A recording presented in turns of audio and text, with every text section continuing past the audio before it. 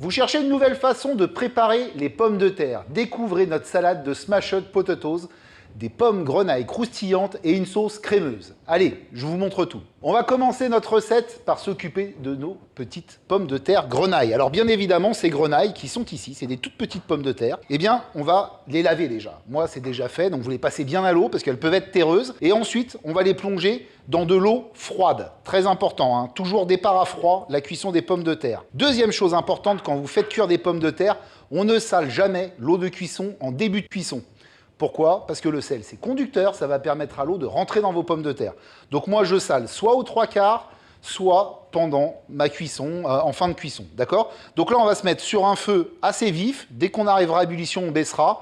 En 15 minutes, ces petites pommes de terre grenailles seront cuites, mais on les sondera avec un couteau. Pendant que nos grenailles sont en train de cuire, eh bien, on va s'occuper de notre sauce. Donc pour notre sauce, il nous faut du yaourt à la grecque, de la mayonnaise, de la moutarde et de la moutarde à l'ancienne. Très simple. Tous ces éléments dans notre saladier. La mayonnaise. J'aime bien mettre 2 moutardes, porte un peu de profondeur de goût. Donc moutarde classique, moutarde à l'ancienne. Et on mélange.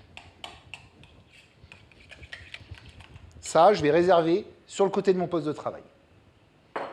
Je vais m'occuper de mon échalote. Donc pour ce, je vais enlever le cul de mon échalote en restant le plus près de la base de cette échalote. Hein. Quand on va la ciseler, ça va nous simplifier le taillage. On épluche. Et ensuite, cette échalote, on va la ciseler. Si vous regardez bien notre échalote, on a ici la racine, hein, le cul de notre échalote, et ici, toutes les strates partent de cette racine. Si vous enlevez la racine, eh bien, votre échalote va s'exploser pendant que vous la taillez. On met racine côté opposé de la main qui tranche, c'est-à-dire moi je suis droitier, la racine est à gauche, des petites incisions tout le long, sans aller jusqu'à la racine, tous les millimètres, dans un sens, puis dans l'autre pour désépaissir notre échalote. Et je m'arrête à chaque fois avant la racine, hein, vous voyez bien. On va faire la même chose sur la deuxième échalote, des incisions tout le long, sans aller jusqu'à la racine, on désépaissit. On n'a plus qu'à ciseler, donc on prend notre couteau et on cisèle tranquillement. Et la racine, on la jette à la poubelle. Et voilà. Je vais m'occuper de mon concombre. Donc, notre concombre, on garde la peau. On va le fendre en deux. Donc, plusieurs solutions. Soit on prend une cuillère à soupe pour enlever les pépins. Alors, il faut savoir que pépins de tomate et pépins de concombre, en vérité, c'est ce qu'il y a de pire pour nous les hommes. Très mauvais pour la prostate. Donc, il vaut mieux les enlever. Il y a aussi les pépins de raisin, donc on évite le vin blanc. Mais personnellement, moi, le vin blanc, je continue. J'ai arrêté les pépins de tomates et de concombre. Donc on va fendre encore une fois en deux dans la longueur de notre concombre. Et moi, je dépépine comme ceci. Je ne m'embête pas, comme ça. Plus rapide. Hop. Allez, maintenant, on va tailler assez fin, en tout petits cubes, notre concombre. Donc on va faire des lamelles dans la longueur, comme ceci. Et ensuite, on prend dans l'autre sens et on taille.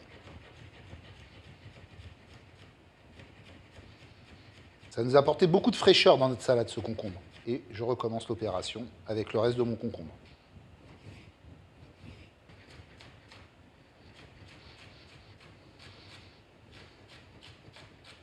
Allez, je vais passer l'ensemble de mon taillage dans mon saladier. On va maintenant tailler nos herbes. Donc, aneth, ciboulette et persil. Le persil, on va tout de suite l'effeuiller. Donc pour ceux, on ne garde pas les grosses tiges qu'on passe à la poubelle. Le persil, moi je l'effeuille toujours parce que les tiges sont plutôt conséquentes. Il y a certaines herbes que je n'effeuille pas, comme la coriandre par exemple, parce que les tiges sont toutes fines. Donc cette salade, on a beaucoup d'herbes dedans, donc ce qui est plutôt pas mal en termes nutritionnels parce qu'on va apporter de la vitamine C par exemple avec le persil. Je rappelle que le persil contient plus de vitamine C que l'orange. On va le regrouper entre nos doigts sans l'écraser et on va venir tranquillement le ciseler en une fois. Hein. On ne repassera pas, sinon on hache. Ciseler et hacher, c'est pas du tout la même chose. Hein. Quand vous ciselez, la saveur en bouche, elle va exploser. Quand vous hachez, c'est un peu plus comme une infusion. La saveur, quand vous allez mettre en bouche, elle va être infuse en bouche. Et je vais maintenant m'occuper de ma ciboulette. Alors la ciboulette, elle est un peu dans l'eau, donc ce que je fais, c'est que je la tape un peu sur un torchon pour enlever l'excédent d'eau. Je vais la couper en deux Je vais optimiser mon temps. Ici, on bout, d'accord? Moi, je ne veux pas que ça bout trop fort, donc je vais baisser mon feu. On va se mettre à 5, je veux que ça frémisse. Je continue à tailler mes herbes pendant ce temps. Donc là, on cisèle bien fin.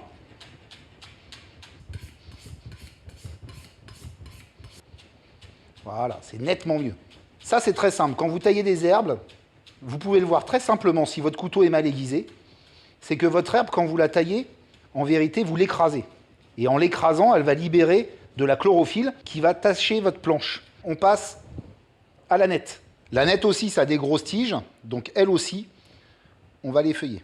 Donc on enlève toutes les grosses tiges. Pas tout mettre parce que j'en ai une sacrée quantité. Je vais à peu près avoir la même quantité de chaque herbe. Allez, je regroupe mon aneth et je vais tranquillement la ciseler. Et je vais intégrer toutes mes herbes dans mon saladier. Donc là, dans notre saladier, on va récapituler. On a notre mayonnaise, notre yaourt à la grecque, nos 2 moutardes. On a ajouté également notre échalote ciselée, notre concombre taillé finement et toutes nos fines herbes. Et ça va nous faire une très très belle petite vinaigrette bien fraîche, bien herbacée. Il va nous manquer un élément dans cette vinaigrette, enfin 2 même, eh bien c'est l'assaisonnement. Assaisonnement en cuisine, c'est impératif. Poivre et sel, ce sont les exauceurs de goût. C'est ce qui va faire ressortir le goût de vos ingrédients, primordial. Je mélange l'ensemble. Dernière chose, on goûte, les amis. En cuisine, c'est pas quand on sert qu'on se rend compte que c'est pas bon. Petit coup de poivre et on sera au top. Parfait. Cette vinaigrette sera froide, elle va venir accompagner nos petites potatoes qui vont être toutes croustillantes, d'accord? Donc elle, il faut qu'elle soit bien bien fraîche, on aura un chaud-froid comme ça. Donc on va la placer au frigo jusqu'à utilisation, cette vinaigrette. Alors, avant d'aller plus loin, on va continuer avec la préparation de tous les ingrédients autour de nos petites potatoes que l'on va écraser. On va mettre du beurre, une belle petite quantité de beurre, une petite lichette à la Maïté, je dirais. Ce beurre, on va le faire fondre tranquillement. On va se mettre sur un feu doux, 3, 4 sur 10. L'objectif n'est pas spécialement de faire colorer notre beurre. On veut juste le faire fondre. Tant qu'on est devant notre feu, on va regarder la cuisson de nos petites pommes de terre grenaille. Eh bien, elles sont plutôt pas mal. Mon couteau rentre bien. Bon, c'est une pomme de terre qui a une chair plutôt ferme, donc forcément, ça reste un peu plus facilement accroché. Mais là, elles sont cuites. Le couteau pénètre facilement dedans. Donc elles, je vais les égoutter. C'est parti. Les petites pommes de terre grenaille sont égouttées. Alors, les pommes grenaille sont des petites pommes de terre nouvelles, idéales pour être rôties. Leur peau fine et leur chair ferme en font un choix parfait pour cette recette. Une fois écrasées et rôties, elles deviennent croustillantes à l'extérieur et fondantes à l'intérieur. Un peu comme votre chef. Bon, on va continuer notre recette. Et ces petites pommes de terre grenaille, qu'est-ce qu'il va falloir qu'on en fasse? Il va falloir qu'on les écrase. Alors pour ceux, soit vous avez comme moi ce qu'on appelle une batte. Alors cette batte, en général, en cuisine, elle sert à écraser la viande. Soit, sinon, vous prenez le dessous d'un verre, vous vous embêtez pas, ça marchera aussi bien. Donc on va prendre notre petite pomme de terre grenaille, on va la poser sur notre plaque four et on va venir tout simplement l'écraser, comme ça. Alors si elle colle, eh bien on la décolle avec la main et on la repose sur la plaque. Il faut qu'elle soit fine comme ceci. On garde la peau.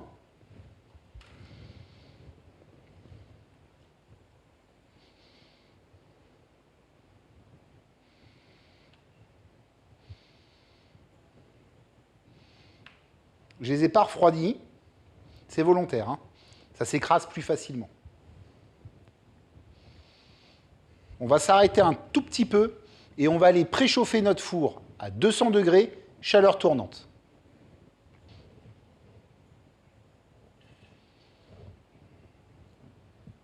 Alors pas de panique, si elle se sépare un peu, l'amidon de votre pomme de terre à la cuisson fera que ça va se recoller.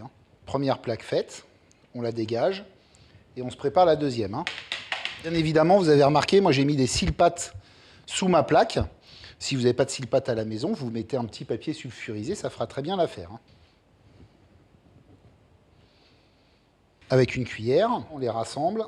Donc, comme je vous disais, on va regrouper les pommes de terre, ramener la chair qu'on a explosée vers la pomme de terre pour qu'après la cuisson, elle se recolle. Je vais prendre mon beurre qui a fondu, d'accord? Et je vais intégrer dans mon beurre du paprika. Et là, ça va être relativement simple, les amis. On mélange notre beurre et le paprika, ce qui fait qu'on a un beurre de paprika. Et on va prendre ce beurre et venir badigeonner les pommes de terre avec. Les rattes et les grenailles sont une variété de pommes de terre, c'est la variété de pommes de terre qui va absorber, par rapport à son poids, le plus de beurre. Donc on est généreux, on leur en donne. C'est pour ça que la purée de Joël Robuchon était faite avec de la pomme de terre rate. Il m'en reste un peu, donc on va venir en remettre un peu partout. Il nous manque une dernière chose, je vous l'ai dit tout à l'heure, exhausteur de goût, sel et poivre. Allez, on assaisonne.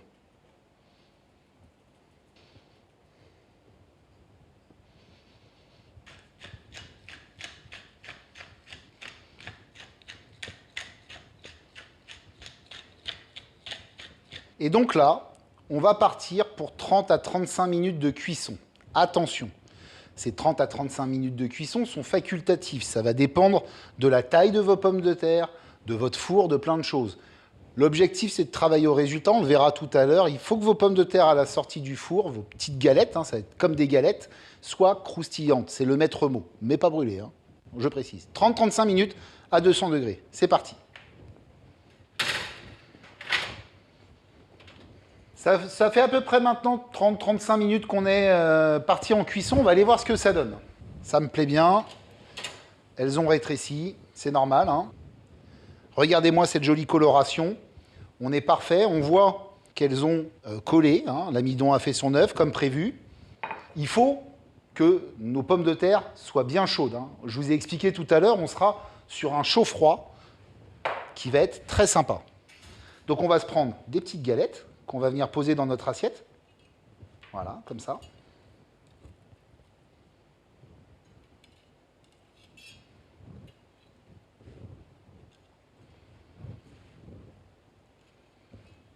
Et je vais me faire juste 3 petites quenelles. Après, on viendra étaler pour la dégustation. Donc pour les quenelles, c'est simple. Je vous montre. On prend dans une cuillère la masse. On garde la cuillère parallèle au poste de travail. La deuxième perpendiculaire face à vous. Et on va dérober la première sur la deuxième en glissant vers le bas. Et la deuxième passe parallèle au poste de travail. Et on reproduit l'opération comme ceci pour avoir des petites quenelles. On va s'en mettre 3 parce que moi je suis un gourmand. On va se prendre quelques petites pousses. Ça va être joli sur le haut de nos quenelles. On va mettre à l'envers, à l'endroit, un peu comme on veut. Vous pouvez mettre des herbes si vous n'avez pas de pouces. Vous pouvez remettre en rappel un petit peu d'aneth ou même de la ciboulette. Superbe. Un petit coup de poivre moulin. Un petit filet d'huile d'olive rapide. Et voilà. Notre salade smashed potatoes est prête. Regardez comme c'est appétissant. Il reste à vérifier en fin de compte si notre recette est bien croustillante. Donc là, on va se prendre un petit peu de sauce qu'on va venir se déposer sur la galette. Déjà, quand je coupe, ça croustille. Et on va goûter ça.